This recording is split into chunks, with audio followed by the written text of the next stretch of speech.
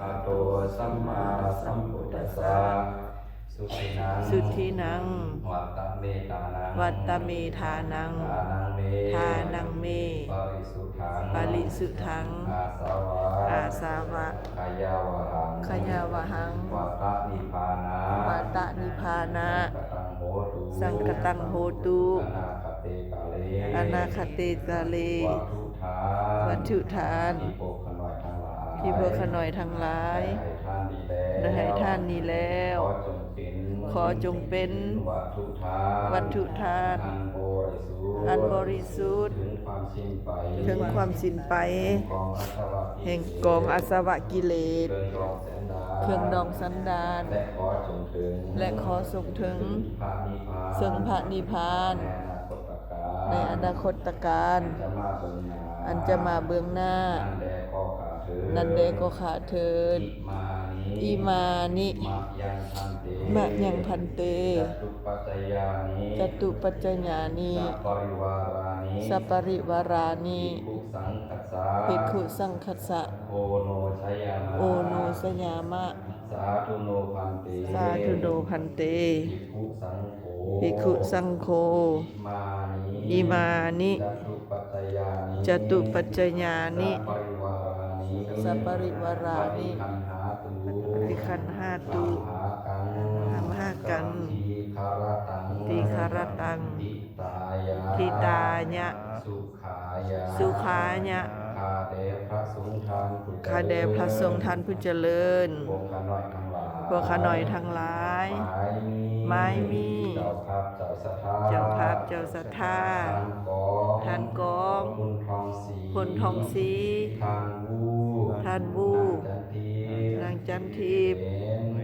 พร้อมโดยครอบครัว ท่านโดยจนครัวน างสุนทร พลทองศรี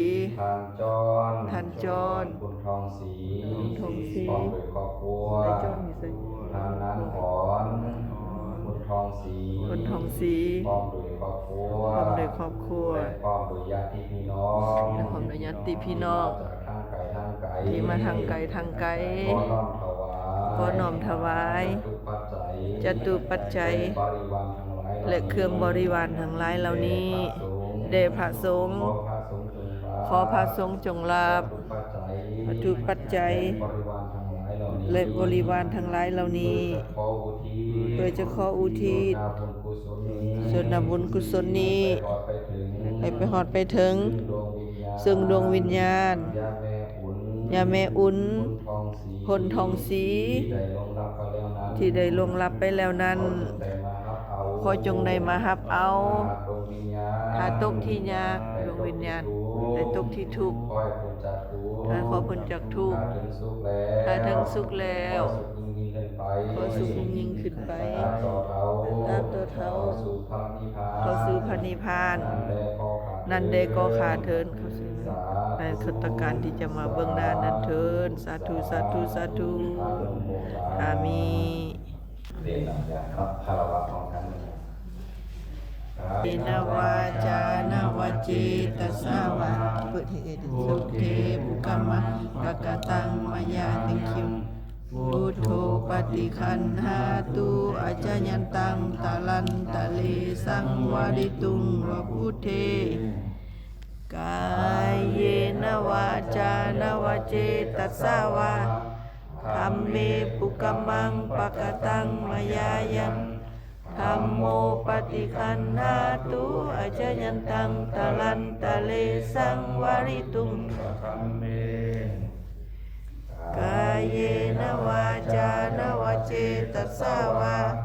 สังเคปุกามังปะกะตังมายายังสังโฆปฏิคันหาตุอาจายันตังตะลันตะเลสังวาริตุงวสังเค